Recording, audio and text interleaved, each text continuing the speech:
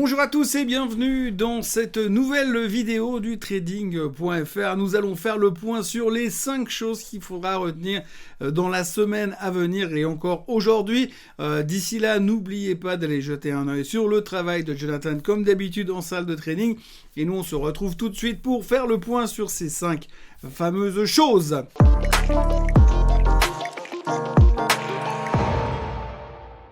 Tout d'abord, ce qu'il faut retenir, c'est l'ouverture de la chasse pour les publications trimestrielles. On a eu en fin de semaine dernière toutes les bancaires qui ont publié, les grosses bancaires, grosso modo, c'était meilleur que les attentes, mais la problématique dans tout ça, c'est l'inquiétude qui est exprimée par les managements pour l'avenir et les réserves qui ont été effectuées par ces bancaires. Ce qui veut dire, en théorie, c'est que ça ne va pas si bien que ça et que les banques sont un tout petit peu inquiètes. Néanmoins, globalement, c'était mieux que les attentes. Il faut aussi dire que les analystes avaient déjà clairement baissé les attentes et ça a quand même été bien aidé par le fait que les taux montent. Donc quand les taux montent, c'est toujours une meilleure nouvelle pour les banques. En revanche, du côté des banques d'affaires ou les brokers comme on les appelle en anglais, eh bien c'était un peu différent. Nous avons eu hier les publications de Goldman Sachs et de Morgan Stanley. Goldman Sachs, c'était absolument immonde. Ils ont gagné 70% de moins que l'année précédente. Le marché avait déjà prévu une grosse baisse, 50% de gains en moins au niveau des bénéfices, eh bien ça sortit simplement 70% en moins, c'est une catastrophe, c'est très très moche en tous les cas, c'est une grosse déception et le titre a perdu 7% hier. On voit tout de suite que les déceptions seront très peu pardonnées durant cette saison. L'autre publication d'hier, c'était Morgan Stanley qui eux ont fait l'inverse parce que c'était meilleur que les attentes, donc tout le monde était super content, le titre a pris 6% sur cette bonne nouvelle. Il faut relativiser cependant parce que quand on regarde simplement les chiffres de l'année passée et les chiffres d'aujourd'hui, eh bien c'est 50% plus bas. Donc c'était pas bon, c'était simplement moins pire qu'attendu. Nous allons donc continuer sur le sujet. C'est plutôt calme en ce mercredi. En revanche, on sait que c'est les banques secondaires qui vont publier, donc il pourrait y avoir 2-3 petites surprises. Et puis à partir de demain, eh bien, on aura Procter & Gamble, on aura Netflix. Et puis la semaine prochaine, il y a les grands noms qui vont commencer à arriver. Alors attention, les sanctions, les déceptions, les mauvaises nouvelles et les mauvais commentaires de la part des managements seront toujours très très mal pris. Et ça pourra faire très très mal aux actions. Ce sera donc une semaine assez compliquée et assez complexe à surveiller de ce côté-là. La deuxième chose qu'il faudra retenir, c'est la thématique de l'inflation. Oui, vous l'avez vu, la semaine dernière, eh bien, le CPI a été publié pile poil en ligne avec les attentes, c'est assez rare pour être signalé, donc on a 6,5 au niveau du CPI, le global sur l'année complète en glissant, et puis on est à 5,7 au niveau du corps, donc là c'est quand on enlève l'énergie et la bouffe qui dérange, en gros les œufs qui ont pris 70% sur une année. Donc grosso modo, l'inflation est pile poil en ligne avec les attentes, ce qui fait que tout le monde a trouvé ça génial, a trouvé ça comme une bonne nouvelle, et commence de nouveau, encore une fois, à espérer que la Fed va enfin pouvoir pivoter, arrêter de monter les taux trop agressivement et revenir un tout petit peu à un comportement normal de ce côté-là. La seule problématique dans tout ça, c'est que la Fed, pour l'instant, elle a laissé quand même entendre que tant que les marchés monteront et tant qu'il y aurait des rallyes, eh bien, elle n'aurait pas forcément envie de bouger sa position sur les taux. Et quand on voit la performance de certains indices depuis le début de l'année, entre autres en Europe, la France pour ne pas la citer, eh bien, forcément, on se retrouve dans une situation où on se demande à quel moment la Fed va commencer à pivoter.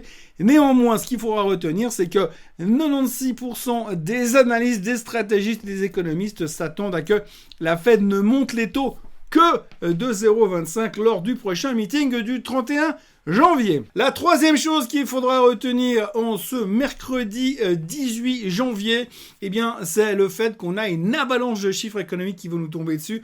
Aujourd'hui, il y en a plein. Demain, il y en aura encore beaucoup. Et puis, il y aura surtout le discours de Madame Brainard. Alors, pas de Monsieur Powell cette semaine, mais Madame Brainard va expliquer son sentiment sur l'économie, son sentiment sur l'inflation, son sentiment sur une éventuelle récession.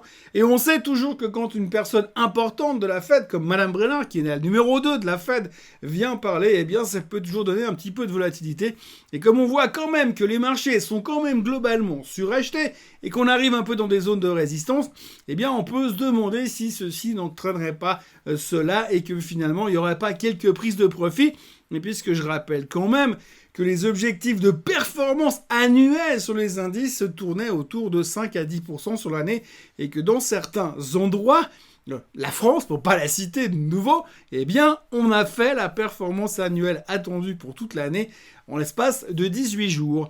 La quatrième chose qu'il faut retenir, c'est le Japon. Alors le Japon, ça fait une semaine qu'on ne parle que ça. On dit oui, la Bank of Japan va changer sa position. La Bank of Japan doit lutter contre l'inflation. La Bank of Japan va lutter contre l'inflation. Soyez prêts, la Banque du Japon va lutter contre l'inflation. Et ce matin, la Banque du Japon, eh bien, elle a rien fait du tout. Elle a rien annoncé du tout. Elle reste exactement comme avant. Et l'inflation peut continuer à faire ce qu'elle a envie, puisque visiblement, la Banque du Japon, encore elle, a tendance à vouloir attendre encore un tout petit peu pourvu que ça se passe bien. On croise les doigts. La cinquième chose dont il faut absolument qu'on parle aujourd'hui, c'est l'appétit au risque.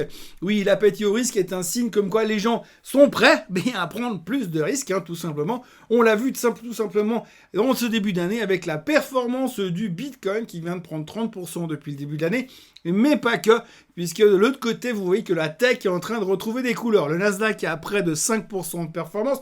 Le SOX, le Semiconductor Index, est à 10% de performance sur le début de l'année.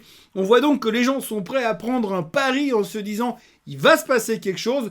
Peut-être que finalement, comme l'inflation est en train de ralentir et que la récession, on n'est même pas sûr, on va peut-être avoir un soft landing. Donc il faut déjà anticiper le redémarrage de l'économie. Et c'est ce qu'on est en train de faire aujourd'hui en augmentant un tout petit peu l'appétit au risque. Par contre, il y a une chose qu'il faut faire très attention. Regardez le chart qui s'affiche à l'instant. C'est le S&P 500. La tendance descendante pour l'instant n'a toujours pas été cassée.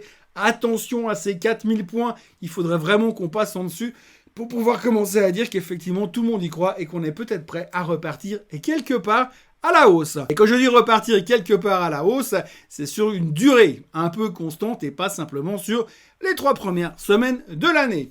Voilà, merci d'avoir été avec moi aujourd'hui. N'oubliez pas d'aller jeter un œil sur le boulot de Jonathan. Moi, je vous retrouve comme d'habitude la semaine prochaine, plus ou moins à la même heure et plus ou moins, enfin carrément même, au même endroit qu'ici, pour reparler des 5 choses qu'il faudra surveiller pour la semaine prochaine. Très bonne journée à tous et bonne fin de semaine. Bye bye!